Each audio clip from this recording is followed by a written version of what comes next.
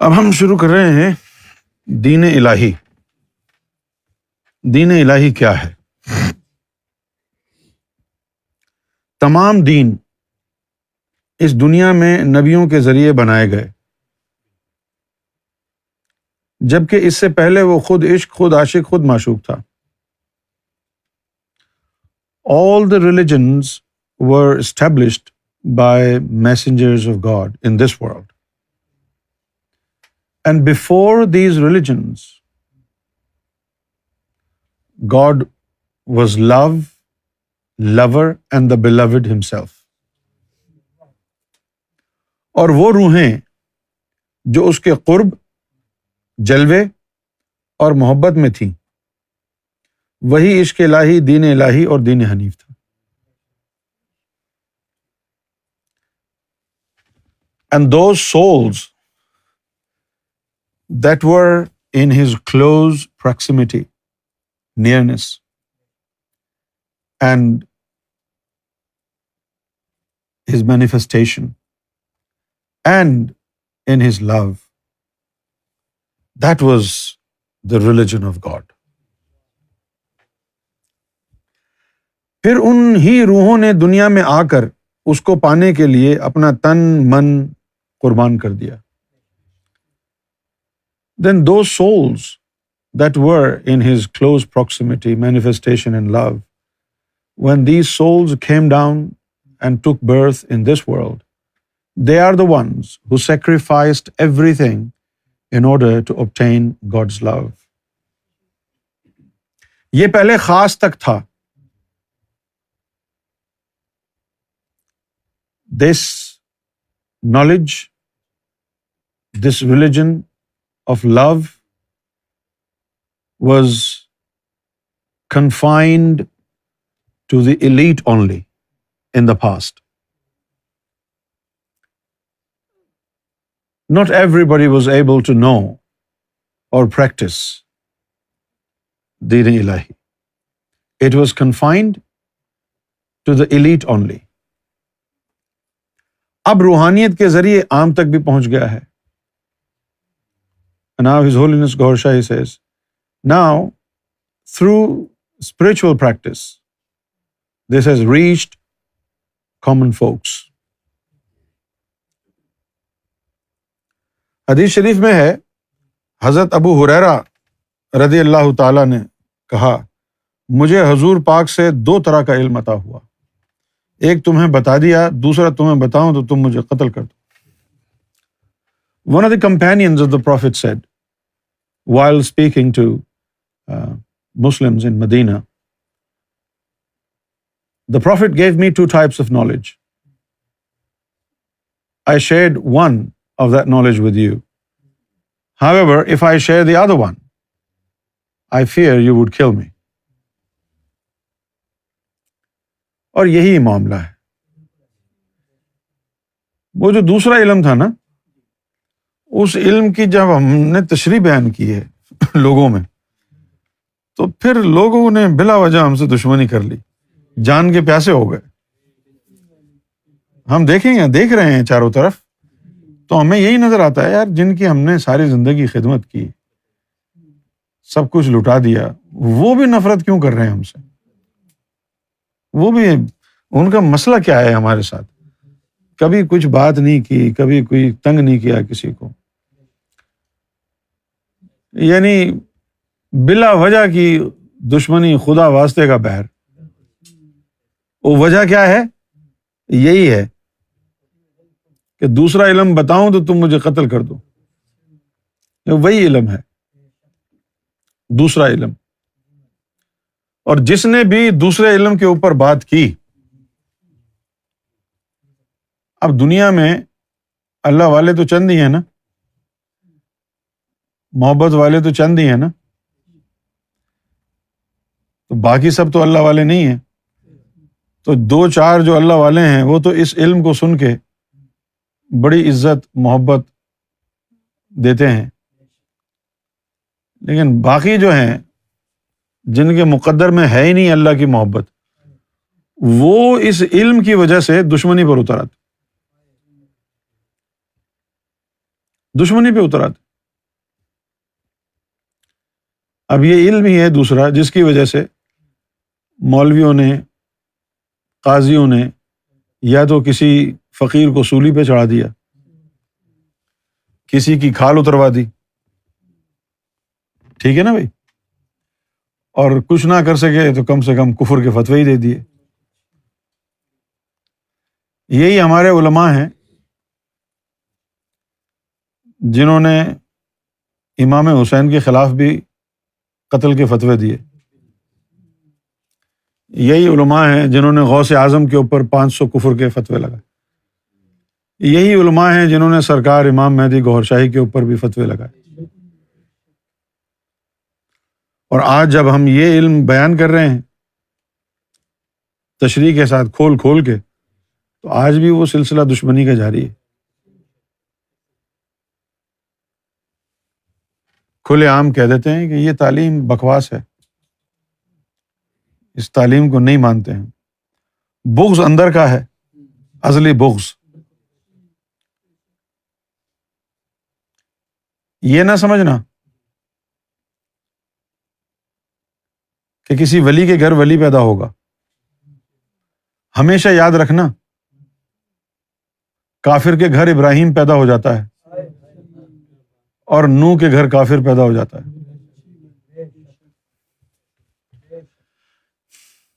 یہ نہ سمجھنا کہ یہ تو ولی کے گھر والے ہیں، یہ تو مانتے ہی مانتے ہوں گے تعلیم کو۔ نہیں، ضروری نہیں ہے۔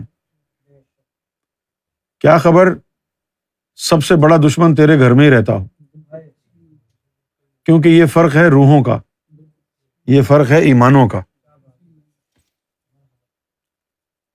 اس میں رشتہ داریاں نہیں چلتی ہیں۔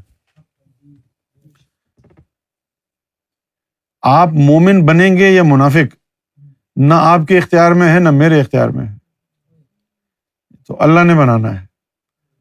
اللہ ہدایت دے گا تو آپ ہدایت یافتہ ہوں گے، اللہ ہدایت نہیں دے گا تو آپ کو کوئی ہدایت نہیں دے سکتا۔ اب ایک ہی گھر میں ایک مومن بن گیا، ایک منافق اور ایک کافر، تو وہاں تو فتنہ ہوگا۔ اس فتنے کا ذمہ دار کون ہے؟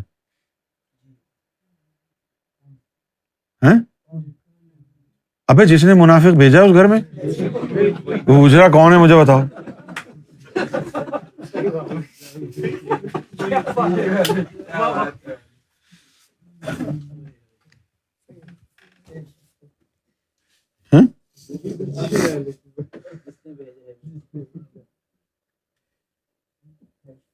یا تو یہ ہو کہ بھئی منافقوں کا ایک الگ محلہ ہو، آپ کے گھر میں جتنے بھی پیدا ہوں، آپ مومن ہیں تو آپ کے گھر میں مومن ہی پیدا ہوں، تو کتنا سکون ہو نا۔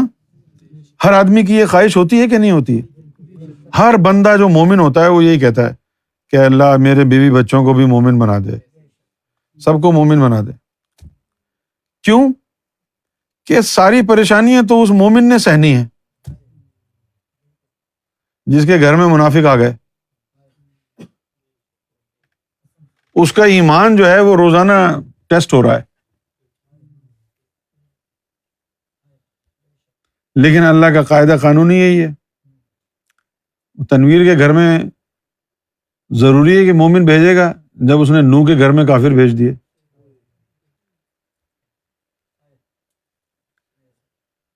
آج ہر گھر کی یہی کہانی ہے، کہانی گھر گھر کی۔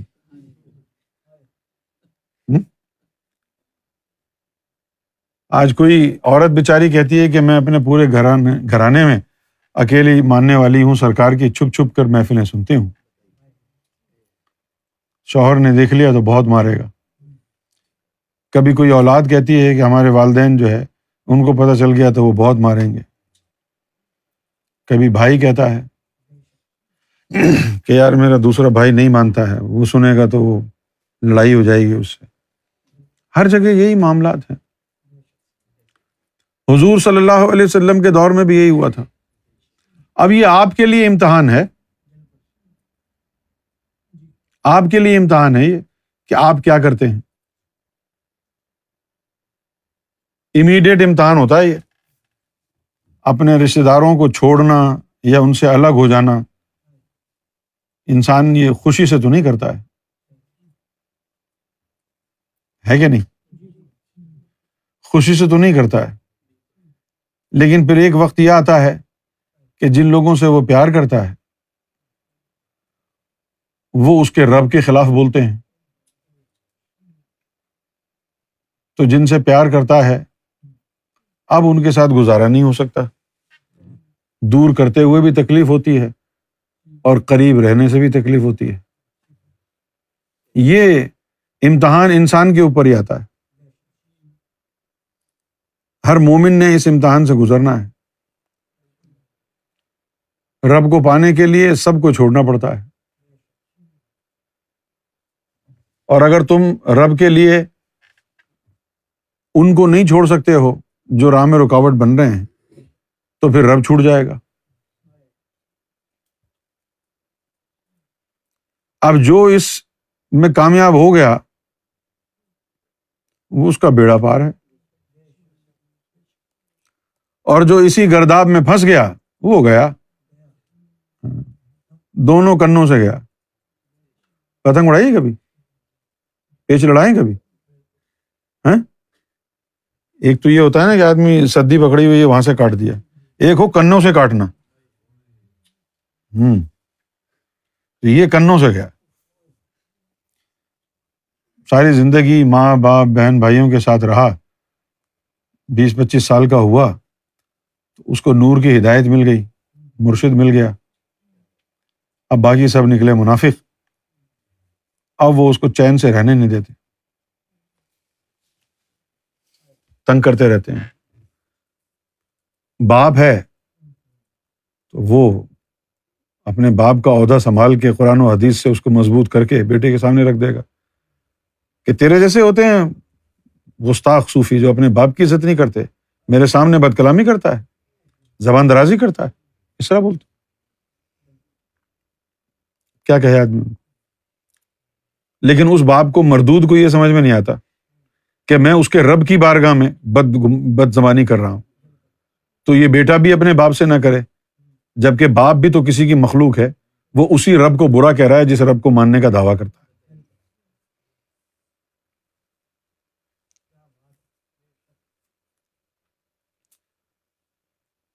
نمازیں پڑھتے رہیں، قرآن پڑھتے رہیں، کبھی بھی یہ پریشانی نہیں ہوگی، کوئی مخالفت نہیں کرے گا آپ کی، کوئی دشمنی نہیں کرے گا، کچھ بھی نہیں کرے گا، میں نے دیکھا ہے۔ یہ آپ نماز روزہ پڑھتے رہیں، سب آرام سے بیٹھے رہیں گے کہ چلو ٹھیک ہے، لیکن جیسے ہی آپ کو پتہ چلے گا کہ یہ تو اس لائن میں چلا گیا صوفی، اب تو اس کے اندر یہ شیطان جو ہے اندر بیٹھا ہوا ہے نا، شیطان کو یہ پتہ ہے، او ہو اب تو یہ پکا گیا، اب تو میرا ہاتھ نہیں پڑ سکتا اس کے اوپر، کیونکہ اس کے دل کے اوپر تو اب اللہ کا قبضہ ہو گیا ہے۔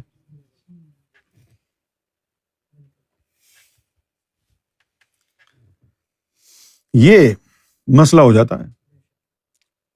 اب مجھے آپ یہ بتائیں کہ ابو ہریرہ کا دور ہے، نبی کریم صلی اللہ علیہ وسلم کے دور سے بالکل متصل دور ہے، اس دور میں ابو ہریرہ یہ کہہ رہے ہیں کہ دوسرا علم بتا دوں تو تم مجھے قتل کر دو، تو آج کیا عالم ہوگا اس علم کے قتل کرنے والوں کو؟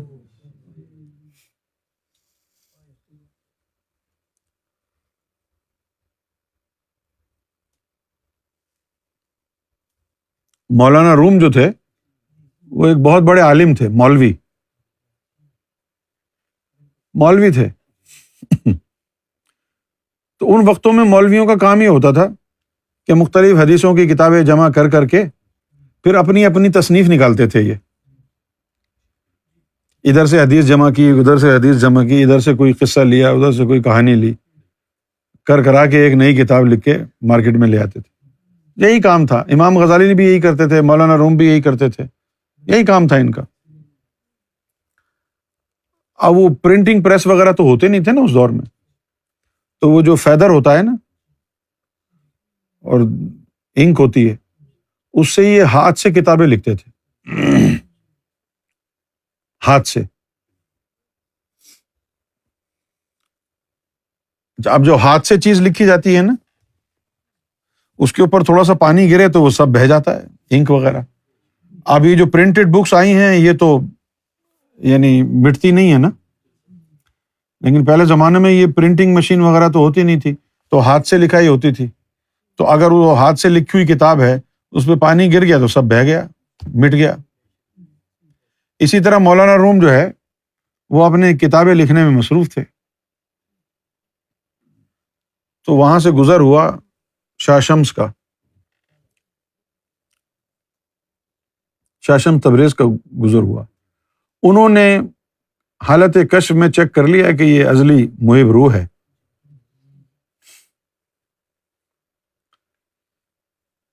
تو وہ جو ہے اس کے پاس چلے گئے، مولانا روم کے پاس چلے گئے۔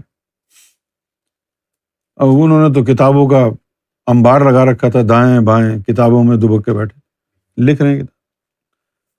تو شاہ شمس نے کیا کیا کہ ان کے پیٹ کے اوپر نظر ڈالی، جس سے ان کے پیٹ میں گڑبڑ شروع ہو گئی، اور وہ کہنے لگے یار میں ذرا باتھ روم سے ہو کے آتا ہوں۔ شاہ شمس نے ان کے پیٹ پہ نظر ڈالی، ان کا پیٹ خراب کیا، تو وہ چلے گئے رفع حاجت کے لیے باتھ روم چلے گئے۔ لیکن جانے سے پہلے جب شاہ شمس وہاں پہنچے تھے، کتابیں وغیرہ دیکھ کے انہوں نے کہا کہ یہ کیا ہے جو تم کر رہے ہو، یہ چیز یہ کیا ہے؟ تو مولانا روم نے شاہ شمس کا حلیہ دیکھا، حلیہ دیکھ کے سمجھا ایسے ہی کوئی بھکاری سا ہے، جاہل آدمی ہے، ایسے ہی ہے۔ تو یہ جائزہ لیا پورا اوپر سے نیچے تک دیکھ کے کہا کہ این آ علم است کہ تو نہ دانی، کہ یہ وہ علم ہے جو تمہیں نہیں معلوم۔ چلے پیٹ پہ نظر ڈال لی، وہ باتھ روم چلے گئے۔ وہ باتھ روم چلے گئے، انہوں نے ساری کتابیں اٹھا کے پانی میں ڈال دی ساری۔ اب جب وہ واپس آئے دیکھا کہ ساری کتابیں تو پانی میں پڑی ہوئی ہیں، تو بڑے غضبناک ہوئے، آگ بگولا ہوئے، اور کہنے لگے اے جاہل شخص تو نے یہ کیا کیا؟ انہوں نے کہا جی گھبراؤ نہیں۔ وہ ہاتھ ڈالا، خشک کتابیں تالاب سے باہر آ گئی۔ تو مولانا روم بڑے حیران اور پریشان ہوئے، کہنے لگے کہ یہ چیز یہ کیا ہے؟ پھر انہوں نے کہا کہ ای آ علم اس کے تو نمی دانا، یہ وہ علم ہے جس کو تو نہیں جانتا۔ تو یہ کرامتیں جب دیکھی اس نے، مولانا روم نے، تو پھر جو ہے وہ چھوڑ چھاڑ کے کتابیں اور شمس تبریز کے پیچھے لگ گئے۔ اور پھر آخر میں انہوں نے یہ کہا کہ مولوی ہرگز نہ شد مولائے روم، تا غلام شمس تبریزی نہ شد، کہ مولوی کبھی بھی مولانا روم نہ بنتا اگر کسی شمس تبریز کا غلام نہ بنتا۔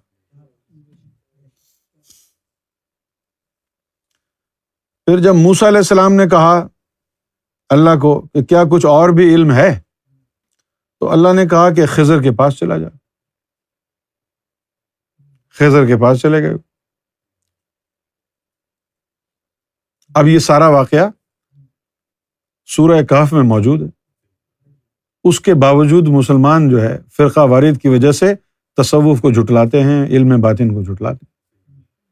سارا پورا واقعہ حرف بحرف سورہ کہف میں یہ موجود۔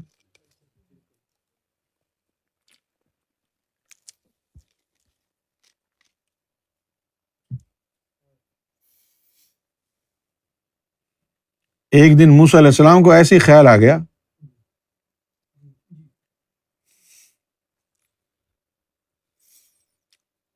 کہ مجھ سے زیادہ علم تو ہے نہیں کسی کے پاس۔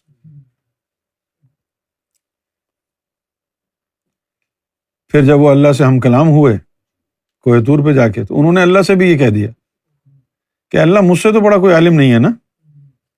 تو پھر اللہ تعالیٰ نے کہا کہ نہیں ہے۔ کون ہے؟ بولے ایسا میرا ایک بندہ ہے خضر، وہ ہے۔ اچھا مجھ سے بھی بڑا؟ ہاں بالکل، تمہارا وہاں کیا ہے؟ انہوں نے کہا میری پھر ملاقات کرا دیں۔ ہاں ٹھیک ہے، بھیج دیا انہوں نے۔ خیر پہنچ گئے، سلام دعا، میں بھائی آپ سے کچھ کون سا علم ہے جو میرے پاس نہیں ہے آپ کے پاس؟ میں آپ کی صحبت میں کچھ وقت گزارنا چاہتا ہوں۔ خضر علیہ السلام نے ان کو کہا کہ بھائی مجھے لگتا نہیں ہے کہ ہماری بنے گی، مجھے لگتا نہیں ہے کہ تم میری صحبت میں انجوائے کرو گے، تو رہنے دو، تمہارے پاس کوئی اور علم ہے، میرے پاس کوئی اور علم ہے، we cannot get along well with each other، کیونکہ علم کا ڈفرینس ہے نا۔ انہوں نے کہا نہیں، آپ مجھے صابر پائیں گے، یعنی I'll be patient۔ خضر علیہ السلام نے کہا کہ ٹھیک ہے، بس میری کسی بات پر جو تم جو ہے روک ٹوک نہیں کرنا، خاموشی سے دیکھتے رہنا۔ اس نے کہا ٹھیک ہے۔ اب جو ہے وہ صحبت شروع ہو گئی تو انہوں نے سفر شروع کر دیا۔ دریا عبور کرنا تھا تو ایک کشتی میں بیٹھے، وہ نئی کشتی تھی۔ خضر علیہ السلام نے اس کشتی کے اندر ایک سوراخ کر دیا، نقص پیدا کر دیا۔ اب موسیٰ علیہ السلام کہنے لگے بھائی یار یہ کیا کر رہے ہو؟ کسی کی نئی کشتی میں تم نے نقص پیدا کر دیا، ڈیفیکٹ پیدا کر دیا۔ تو خضر نے کہا یار ہماری تو تم سے پہلے ہی بات ہوئی تھی کہ بنے گی نہیں، جمے گی نہیں ہماری دوستی تم سے، تو بس اب بات ختم ہے۔ کہنے لگا اچھا یار سوری، اب نہیں کروں گا۔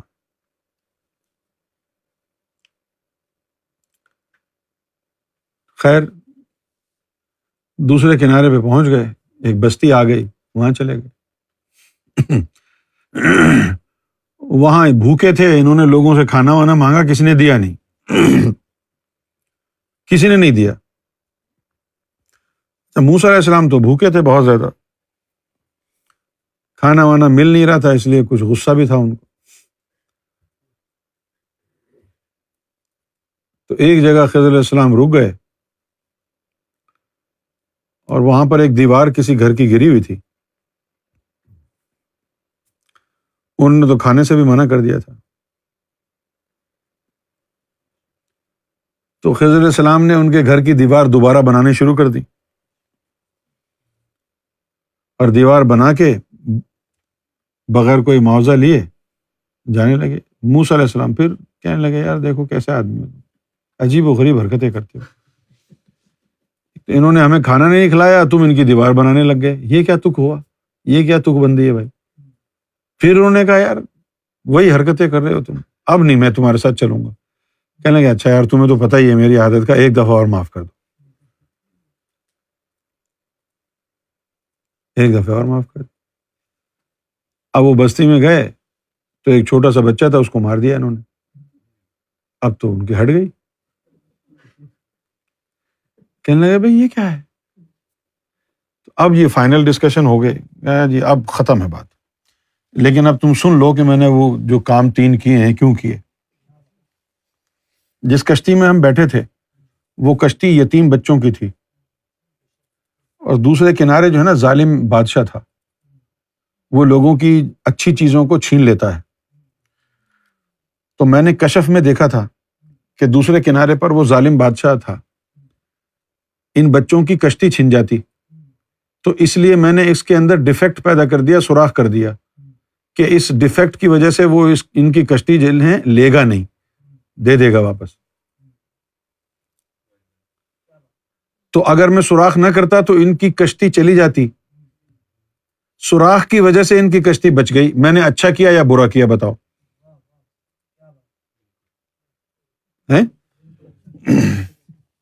پھر وہ جو میں نے دیوار بنائی اس کے نیچے، اس مکان میں رہتے ہیں بچے یتیم، اور اس کے نیچے کنواں ہے، اس کے اندر ان کا خزانہ ماں باپ چھوڑ کے گئے تھے۔ اگر وہ دیوار گری رہتی تو لوگ ان بچوں کی جو ہے خزانہ وہ لوٹ لیتے، تو وہ بیچارے بچے جو ہے یعنی تباہ ہو جاتے۔ تو میں نے دیوار اس لیے بنائی تاکہ ان کا مستقبل بہتر ہو جائے۔ کیا برائی کی میں نے؟ بتاؤ اچھا کام کیا یا برا کیا؟ آگے جا کے وہ جو بچے کو انہوں نے مارا، کہا کہ یہ ایک بہت بڑا ظالم بنتا، پوری بستی والوں پر عذاب کی طرح نازل ہوتا، تو ان لوگوں کو بچانے کے لیے میں نے اس کو کلٹی کر دیا۔ تو اب یہ دو طرح کا علم ہو گیا نا، ایک ظاہری علم ہے اور ایک باطنی علم ہے۔ تو ظاہری علم والوں کو باطنی باتیں سمجھ میں نہیں آتی ہیں، اور باطنی علم والے ظاہر والوں کو خوب جانتے ہیں۔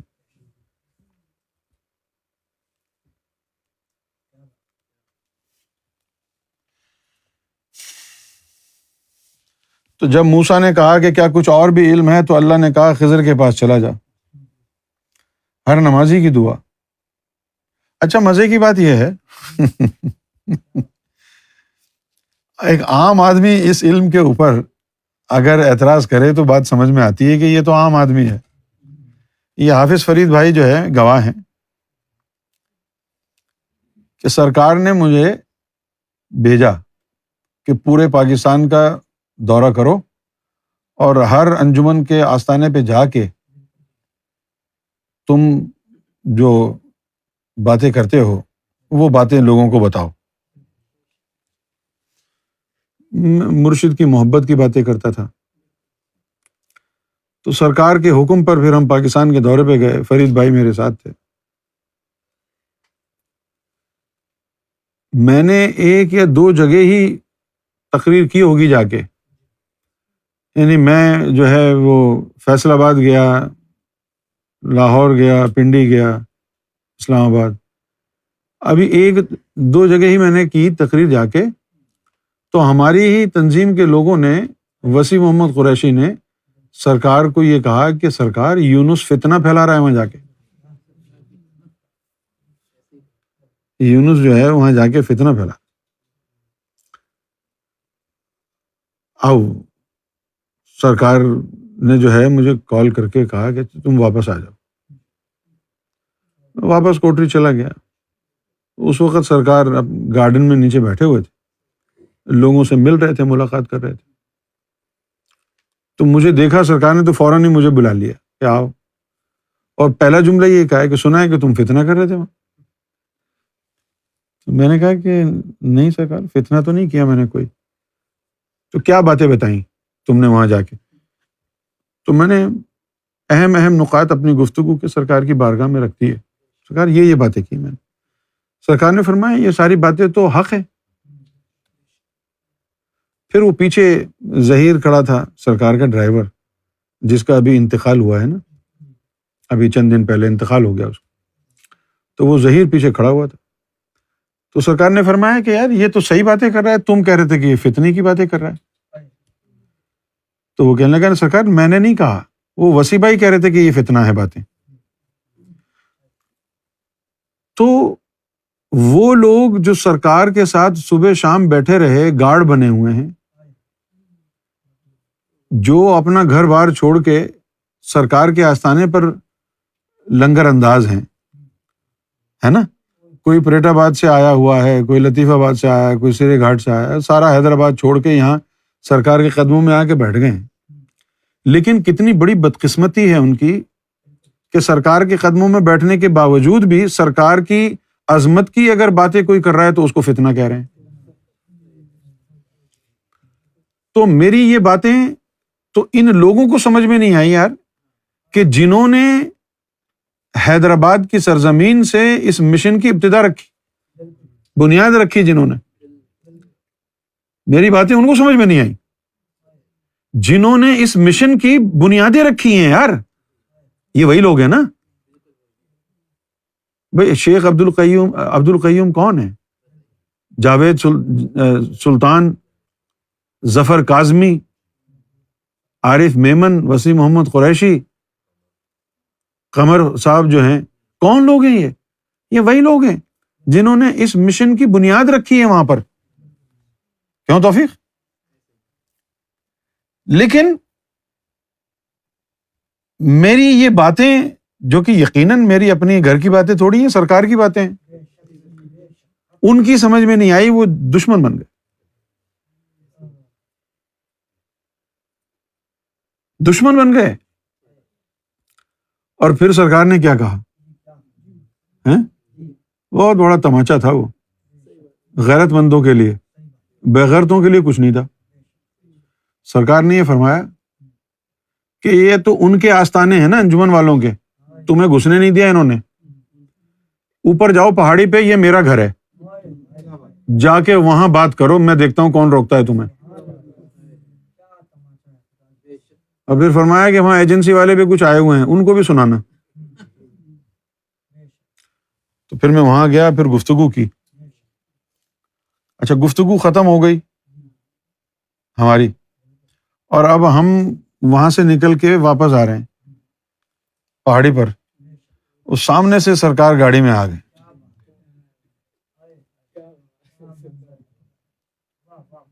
اور فرید بھائی کو مخاطب کیا اور کہا کہ تم نے دیکھا ہمارے مقرر کو کیسا بولتا ہے؟ مجھے صحیح الفاظ یاد نہیں ہے، کیا فرمایا؟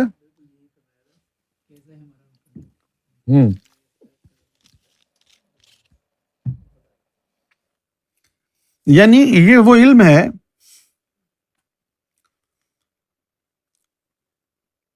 میں تو بات نہیں کرتا نا اس موضوع پر کبھی تفصیل میں جا کے، کیونکہ فائدہ بھی نہیں ہے بات کرنے کا، لیکن میں نے یہ چیزیں بہت شروع سے وہاں پر محسوس کی ہیں۔ میں یہ چیزیں محسوس کرتا آ رہا ہوں 1986 سے، جب میں نے سرکار کی عظمت بیان کرنے کی کوشش کی، لوگوں نے مجھے روکنے کی کوشش کی۔ جب میں نے اصل روحانیت کی بات کی، لوگوں نے مجھے روکنے کی کوشش کی۔ میرا حلیہ دیکھ کے مجھے جاہل سمجھتے تھے، میری داڑھی بڑی ہوئی ہے، کیونکہ میں ہوم لیس تھا، بے گھر تھا، میرا گھر نہیں تھا، میں فٹ پاتھ پہ رہتا تھا، میرے بال بڑے ہوئے ہیں، داڑھی بڑی ہوئی ہے، کپڑے میرے بغیر دھلے ہوئے ہیں۔ ان چیزوں کو دیکھ کے جو سفید پوش لوگ تھے، اچھی پوشاک پہننے والے تھے، وہ سمجھتے تھے یہ جاہل اجڑ گنوار آدمی، یہ پتہ نہیں کیسی باتیں کہاں سے لاتا ہے، کیسی فضول باتیں کر رہا ہے۔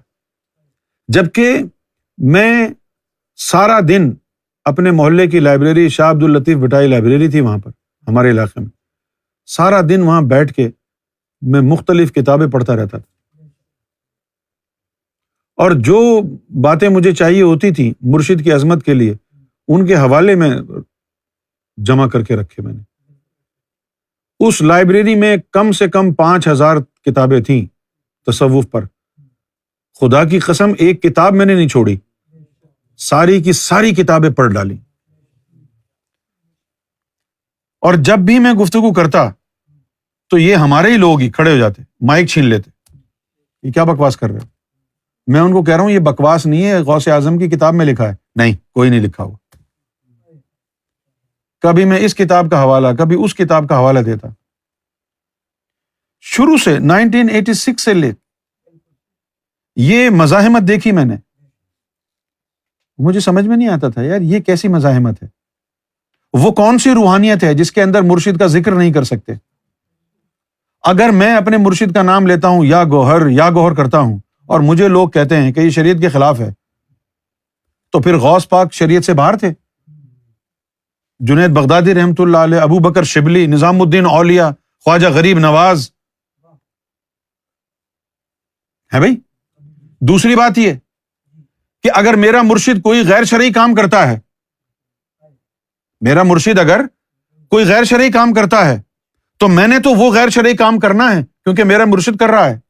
اگر میں ایسا کرتا ہوں تو غلط ہوں، تو پھر خواجہ غریب نواز صحیح کیسے ہیں؟ اس نے اپنے مرشد کو کیوں نہیں چھوڑا؟ جب اس کے مرشد نے کہا کہ بھئی آج سے میں ہندو ہو رہا ہوں، 3 سال کے لیے جا کے مندر میں بیٹھ گئے وہ، اس نے کیوں نہیں ایمان ختم کیا؟ جواب نہیں ہے ان کے پاس کسی بات کا، اسی لیے آج تک ان میں ہمت نہیں ہوئی کہ مجھ سے دو بدو بات کریں۔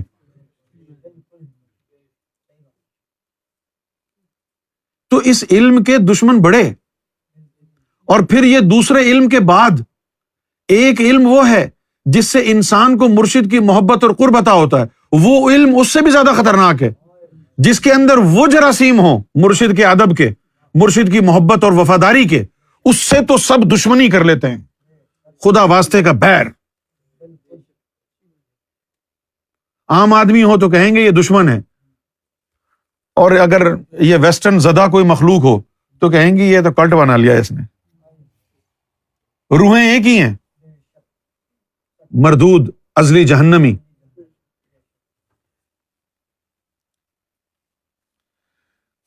لہذا یہ جو علم ہے، اس علم پر ذاکر قلبی بننے سے پہلے آپ دیکھ لیں کہ یہ ذکر چلنے کے بعد بٹوارے ہوں گے، ذکر چلنے کے بعد گھر تباہ ہوں گے۔ ہاں، ایسا کوئی گھر نہیں ہے جو تباہ نہ ہوا ہو، کیونکہ بھائی پھر اس کے بعد سارٹنگ ہوتی ہے نا۔ اس گھر میں اتنے اللہ والے ہیں، اتنے ابلیس والے ہیں، تو اللہ والے الگ ہو جائیں گے، ابلیس والے الگ ہو جائیں گے۔ آسان طریقہ کیا ہے؟ اللہ تعالیٰ نے حضور کو بھی کہا تھا یہی، آپ کے لیے بھی وہی ہے۔ لڑنے جھگڑنے کی ضرورت نہیں ہے، ایک گھر میں رہتے ہوئے آپ کہتے ہیں لکم دینکم ولی دین، تم اپنے دین پہ، میں اپنے دین۔ صحیح ہے؟ اگر کوئی عام آدمی ہوگا تو اس بات پر راضی ہو جائے گا، لیکن اگر کوئی ازلی جہنمی ہوگا اس بات پر بھی راضی نہیں ہوگا، اسے برداشت ہی نہیں ہوگا۔ نہیں نہیں نہیں، مائی وے اور ہائی وے، مائی ریلیجن اور نو ریلیجن۔ ہاں، مائی وے اور ہائی وے، مائی ریلیجن اور نو ریلیجن۔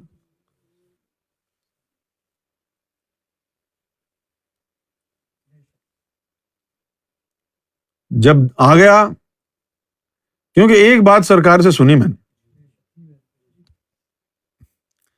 سرکار نے فرمایا کہ یہ جو علم ہے، علم باطن، یہ ایسا دریا ہے کہ جس میں چلے گئے، اتر گئے تو منزل پر ہی پہنچنا سود مند ہے۔ آدھے راستے میں جا کے آپ یہ کہ جی میں واپس جا رہا ہوں، تو واپس جانے کا راستہ نہیں ہوتا اس میں۔ کیوں ندیم؟ واپس جانے کا راستہ نہیں ہوتا اس میں۔ تو پہلے سوچ لیں آپ، ابھی ذکر وکر نہیں لیا تو پتہ نہیں ہے نا کہ گھر میں کون کیا ہے، ماں کون ہے، باپ کون ہے، بیوی کون ہے، بچے کون ہیں، کچھ نہیں پتا۔ چپ کر کے ذکر لے لیا، ذکر چلنے کے بعد پتا ہے باقی سب منافق ہیں، اب کیا کرے گا؟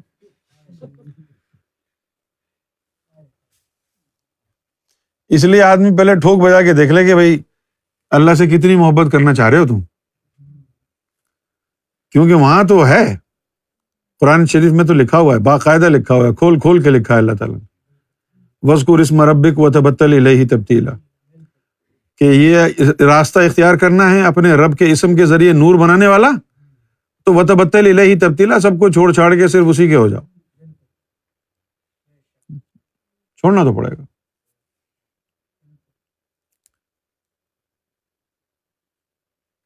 یہ ہمارے مظہر بھائی ہیں، ورجینیا میں رہتے تھے بیچارے، یہ 2-4 ان کے اسٹور تھے، ایشبرن میں ان کا بڑا زبردست گھر تھا، بڑی اچھی زندگی ان کی گزر رہی تھی، اپنے آپ کو امیر بھی سمجھتے تھے۔ اس کے بعد جو ہے وہ یہاں سے 1995 میں ندیم بھائی جو ہے امریکہ چلے گئے تراویح پڑھانے۔ ندیم بھائی نے ان کو ذکر دیا، پھر ندیم بھائی نے ان کو کہا کہ سرکار سے ملاقات کر لو، سرکار سے ملنے چلے گئے۔ اس کے بعد جو ہے جیسے جیسے سرکار کی محبت بڑھی ان کے دل میں، اب وہ بس ٹن رہنے لگے، وہ اسٹور بند ہو گئے سارے، سب کچھ چلا گیا، ابھی یہاں پر بیٹھے ہوئے ہیں۔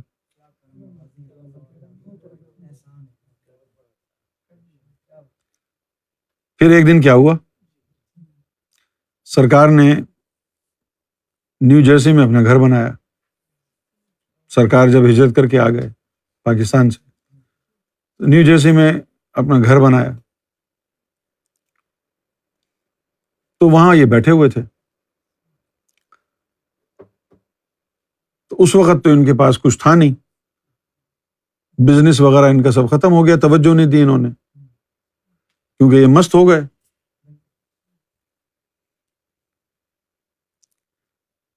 تو یہ کہنے لگے سرکار اگر میرا بزنس ہوتا نا تو میں یہاں اعلیٰ سے اعلیٰ صوفے لا کے رکھتا آپ کے لیے.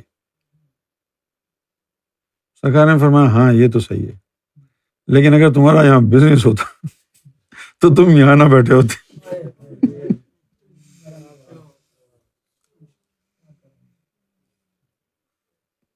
اگر تمہارے پاس بزنس ہوتا نا آج تو تم یہاں بیٹھے ہوتے، میرے پاس بزنس میں بیٹھے ہوتے. یہ تمہیں آج خیال آ رہا ہے نا کہ اچھے سے اچھے صوفے لا کے رکھتے، لیکن تو یہاں ہوتا تو یہ خیال آتا تجھے.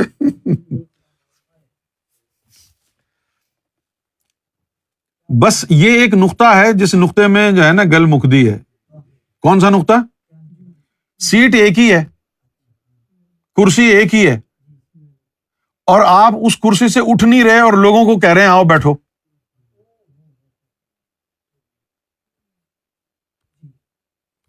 ایک ہی سیٹ ہے آپ کے پاس، کرسی، آپ لوگوں کو بٹھانا چاہ رہے ہیں لیکن آپ بیٹھے ہوئے ہیں اس کے اندر، کہہ رہے ہیں آؤ بیٹھو بیٹھو بیٹھو.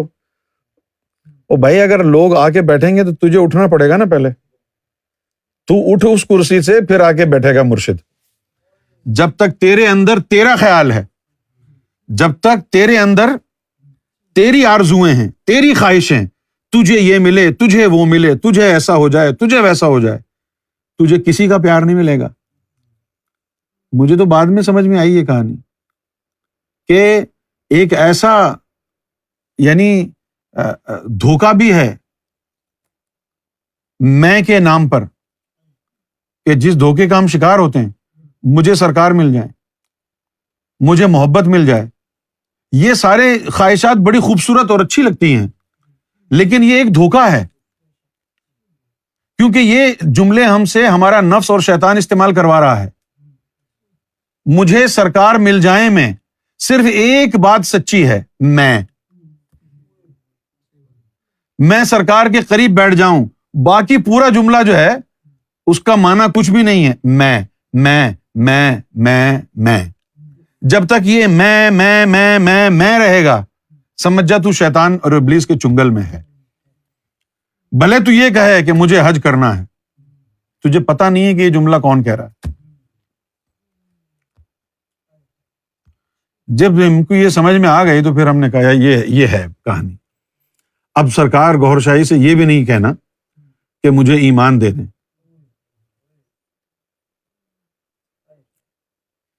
بس سرکار اپنے قدموں میں جگہ دے دیں، اپنا وفادار کتا بنا لیں. آپ نے کیا دینا ہے کیا نہیں دینا ہے، میں کون ہوتا ہوں؟ آقا کی مرضی ہے، جو جی چاہے کھلا دے، جہاں جی چاہے سلا دے. آقا کی مرضی ہے نا بھائی، یہ ہمارے اختیار میں تو نہیں ہے نا. اور ہم تو ایسے کہہ رہے ہیں سرکار مجھے ایمان دے دیں، جیسے سرکار کو پتہ نہیں ہے میری ضرورت کیا ہے. سرکار تجھے اب اپنے پاس رکھیں گے تو کافر بنا کے رکھیں گے ہے بھائی.